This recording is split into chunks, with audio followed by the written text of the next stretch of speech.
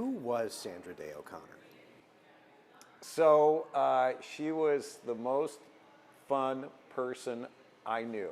She had a voracious curiosity for all things, and she wanted to bite the apple wherever and whatever it was, and that took her all over the world in all kinds of what I'd call adventurous athletic endeavors, which is, I'd like to think I'm carrying the baton on that, if you will.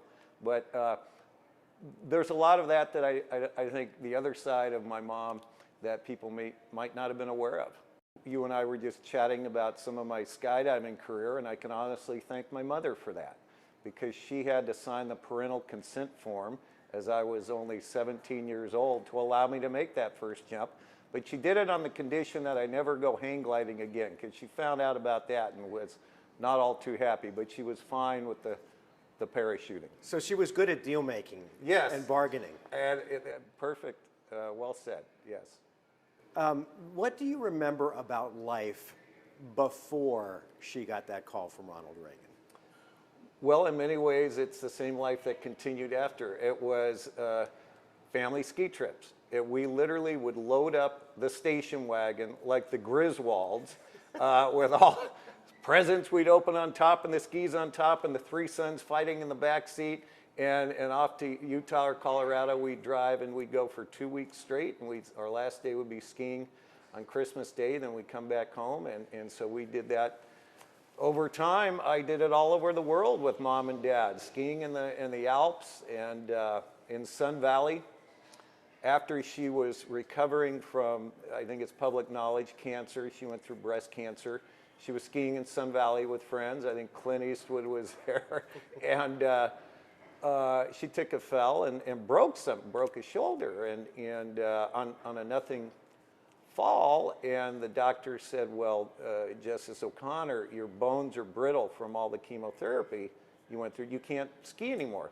So for the trips going forward, she would be in the snow while we're all skiing in waders, fly fishing. And that's what launched her fly fishing career. And she went on to do that all around the world, from Mongolia to Alaska and everywhere in between. And because she had been down this road with your dad with Alzheimer's, when she started showing signs of dementia, she was an intelligent woman. She was very sharp. It had to be hard on her. But there was frustration.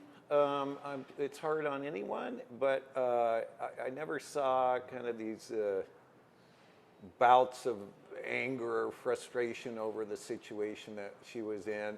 And my job, frankly, in visiting with her during the decline, I just go in there and to try to make her laugh and tell her what's been going on of late, tell her some funny stories, and just make it easy like that. One of the pictures that really caught my eye, and I've always thought you can get a sense so many times through a picture more than you can through anything else, the printed word or anything else.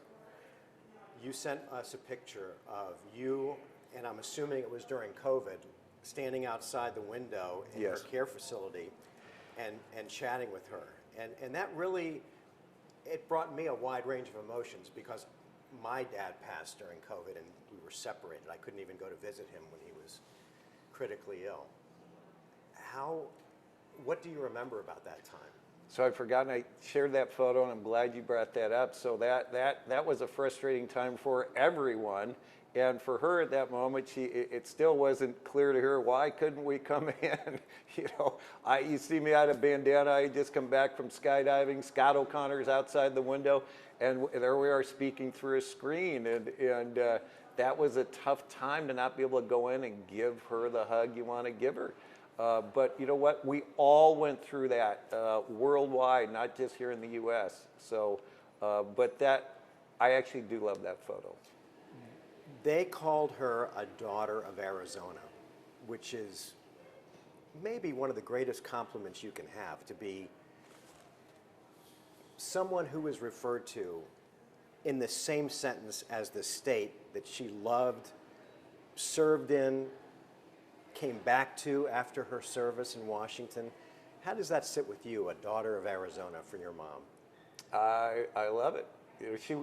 She was the first woman inducted into the Cowgirl Hall of Fame, and she was every bit the cowgirl growing up, and that's what Arizona's been. It's been the 3 C's: cattle, cotton, and copper, and I think we couldn't do better than to have that identity. Anybody that's made this journey knows that there's nothing tougher than losing a parent. How are you doing? I'm fine now. It's tough in the moment, but Mom was at peace and so well cared for, and I think it was just her time. Nobody lives forever, and so I move on in life by focusing on the life she had, and she got everything out of that life possible. What a ride she had, and no regrets. I don't think she had any regrets upon leaving for a better place. Yeah, I had the good fortune of meeting her a couple of times, and she just seemed like, and I think it spoke not only to her spirit as a woman, and maybe as a mom, which we'll get into, but what made her such a phenomenal Supreme Court justice is that spirit of independence. Well, and she experienced life so different than a lot of the justices, and I've met and enjoy them all, but many of them have kind of been lifelong academics in a certain area, and Mom, I think, brought a different strength to the court, having been in the other branches of government and her upbringing, so I think it worked out well. One of the things that I think many, many people admire about her is that she was not afraid to buck party ideology on the high court. And I'm thinking about her support of Roe versus Wade, the famous Gore-Bush ruling. Those highlights of her service on the high court, what do you remember about those times? Being there and attending some of those cases, and I just, the world has become a different place. We're seeing wars in more places than one. We're wanting to avoid getting pulled into certain situations, but we're seeing extremism, okay, around the world. We're seeing extremism here in the United States, and we're seeing it to a certain extent in government positions, and so we could use some more Sandra Day O'Connor in the world. It's okay to be a moderate. You cannot get anything done if you don't find some common ground. When you think about the enormity, not only of being called up to the Supreme Court, the highest court in the land, but to becoming the first woman to serve on the high court, that's really daunting. How much did she stress over that? Was she stressed over it? Not that she showed to any of us, and she just, I think history has shown she handled herself well. Back to the other side of her, when the cherry blossoms would come out, she'd gather all the clerks. We're going to go look at the cherry blossoms.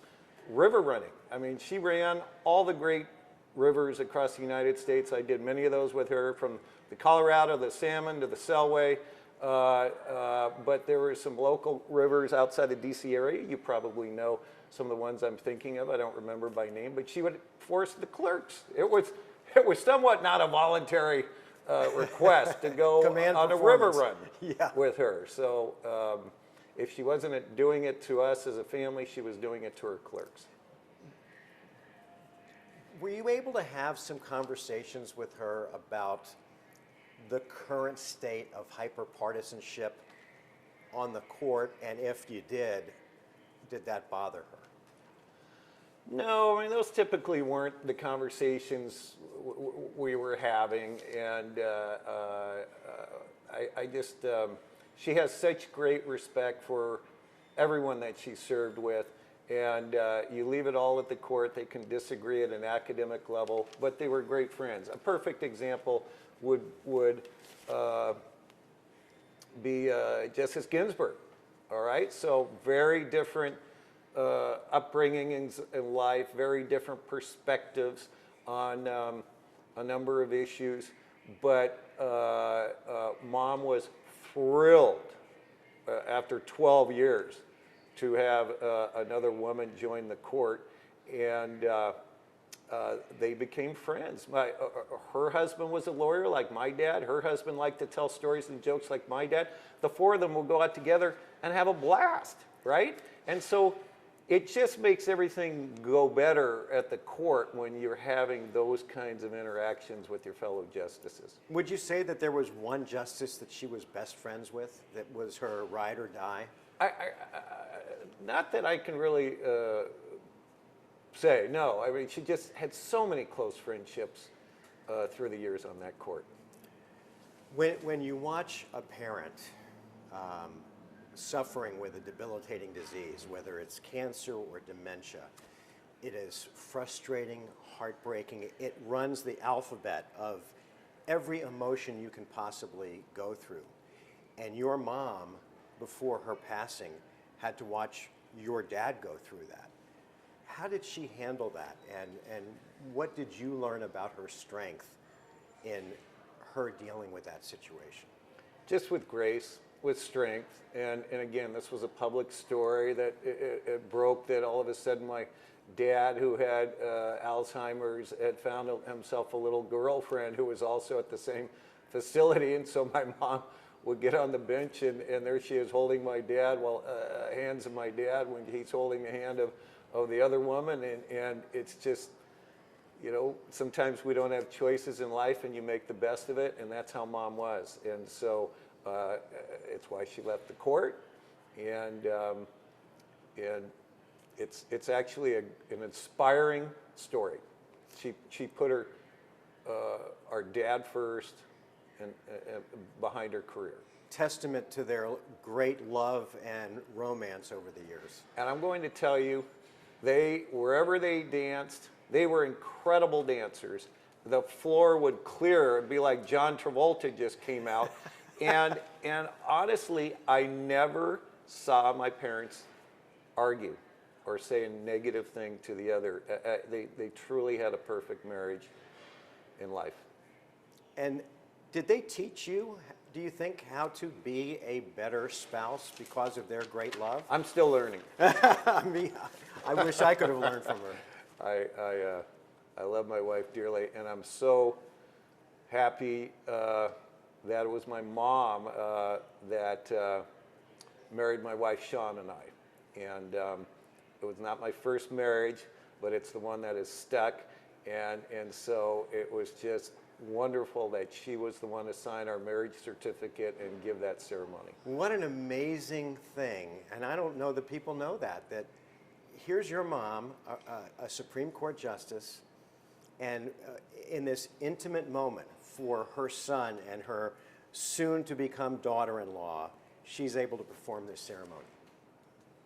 You don't get it if you don't ask, Mark. Yeah, I'm sure there was no hesitation. My son worked at the country club where your mom was a member, and I think maybe you're a member, PV. And everyone on the staff loved your mom because of how gracious she was and the way she treated the staff. And all my son did was he cleaned clubs and picked the range and did all that stuff. But whether it was the cook, the bag guy, or someone she was playing with, she had this incredible ability to make everyone feel that they counted. And he would tell me as he goes, "Dad, you can't believe it. I met Sandra Day O'Connor today, and she was so nice." That's really cool that she had this God-given ability and gift to treat everyone and make them feel special. It was in her DNA. It was the real deal. It wasn't some act just so she would hope people would speak well. I mean, she genuinely just liked people and was grateful for somebody cleaning her clubs or anything like that. You know, you're just reminding me of another story as I talk about all these other things she would do in life. So I was playing at Paradise Valley Country Club with her one day, and I think Danny Zalesko may have been with me and another professional golfer, and we're on hole number 8, which is a par 4. The tee box was under repair a little bit, so they had moved the tees up a little bit, but not just crazy. And she took a 1. She had a hole-in-one on a par 4. Now, I don't think there's too many professional golfers that have ever done such a thing, and to be there when that happened, you know, it's like Arnold Palmer, who used to come to the Supreme Court, and they would do putting contests down the long carpeted hallways. And I'll give you one more golf story. So when it was time for Augusta to maybe finally have a woman join, my mom was at the top of the list, and she said, "Oh, no, you need someone much younger. Somebody that's a better golfer than me. I suggest you ask Condoleezza Rice." And that's what happened. And she's been the perfect first person to take that role, and she's a wonderful, wonderful person, Condoleezza Rice. Before we leave golf, as a golfer, when I go out to play with my son, or I used to go out and play with my dad, the 4 hours you spend on a golf course can be some of the best quality family time you can spend. What do you remember about days on the course with your mom? The ping on her oversized large driver, and she was a good putter. But it was just always fun to get out and play 9 holes at the end of a day. That was our standard. But you know, it's the conversations. Sure. That's what I was asking you about. Just, you know, you can unburden yourself. It's the game of golf can be the great equalizer, and you find yourself talking about things after you relax and get into the game that you may not talk about otherwise. Was your mom able to unwind on the golf course? Was that one of her outlets? Oh, sure, and she wasn't looking to talk about cases before the court. It's, you know, what else, what trips have you got planned coming up, and the same of me, and what's going on in your other life, and that's what we would talk about on the course. How's Weston doing? How's Sawyer doing? You know, she loved her family dearly. Okay, let's go through some pictures, and maybe you can react. So this first picture. That's my dear brother-in-law, Sean's younger brother, Brett Bogue. And poor Brett got a crummy card in life. He got afflicted with Lou Gehrig's disease, ALS, and he never complained.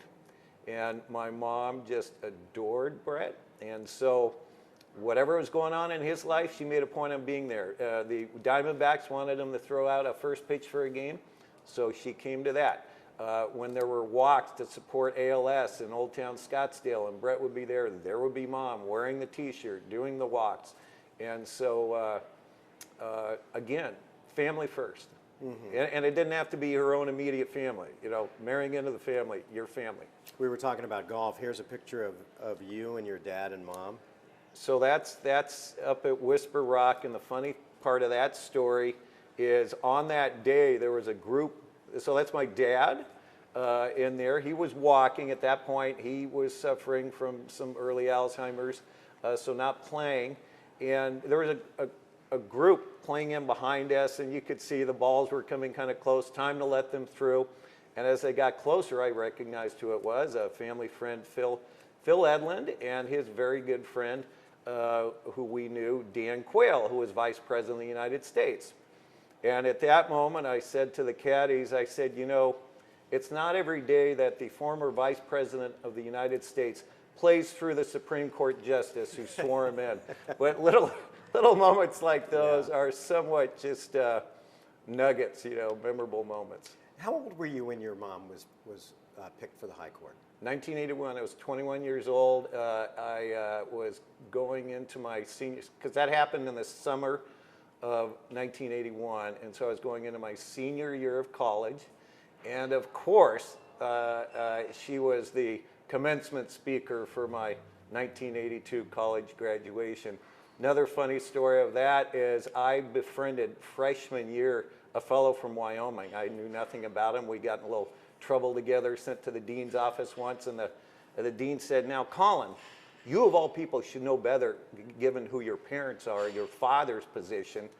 And he's like, yes, sir, yes, sir. And as we leave, I said, well, Colin, who's your dad? He says, oh, well, he's the U.S. Senator for Wyoming, Al Simpson, who was the minority whip in the United States. And I like to always tease my parents. I was friends with the Simpsons before they were. But they were great friends as well. Is this Sir Edmund Hillary?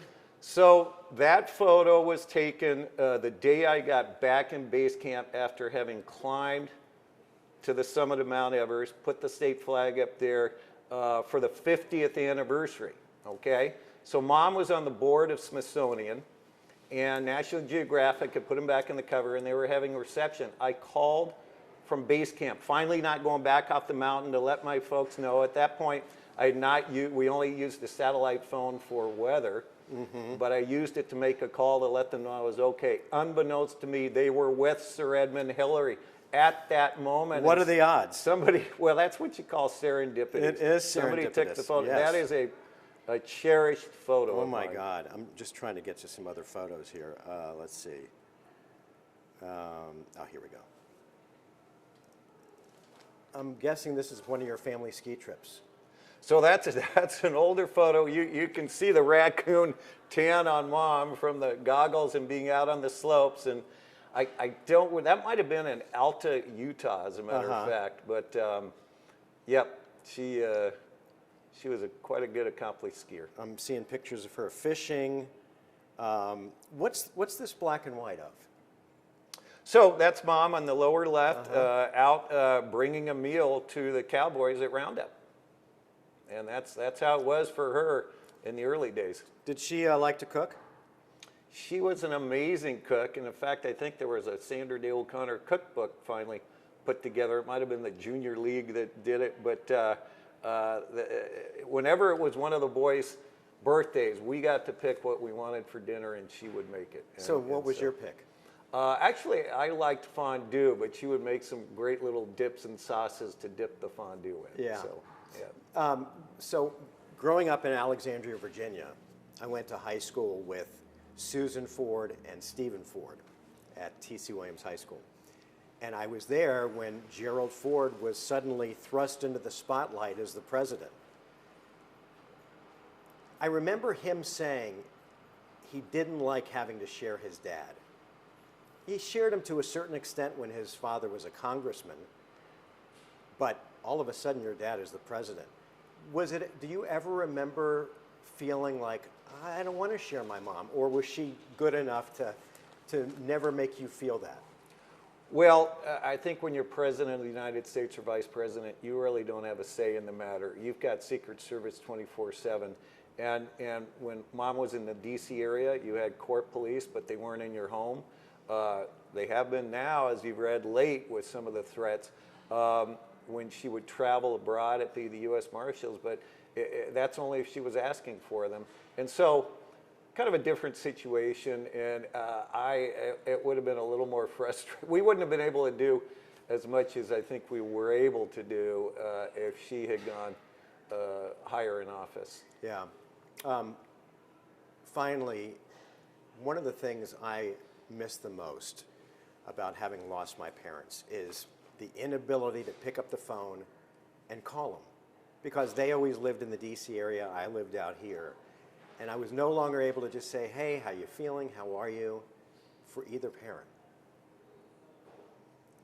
How tough is that going to be for you going forward to not be able to pick up the phone and call her? Well, sure, I wish I could still do that. There has been there was a decline over, so I miss my dad just as much as it has been a while, just as much as I miss my mom now.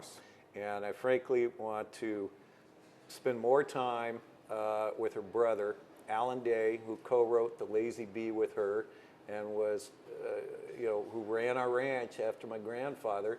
He's in Tucson, and he's the last of her family left. So there was Mom, Ann Day, who was a senator from Tucson, and Alan. So I'm going to focus on my uncle now. Yeah. And my mother-in-law.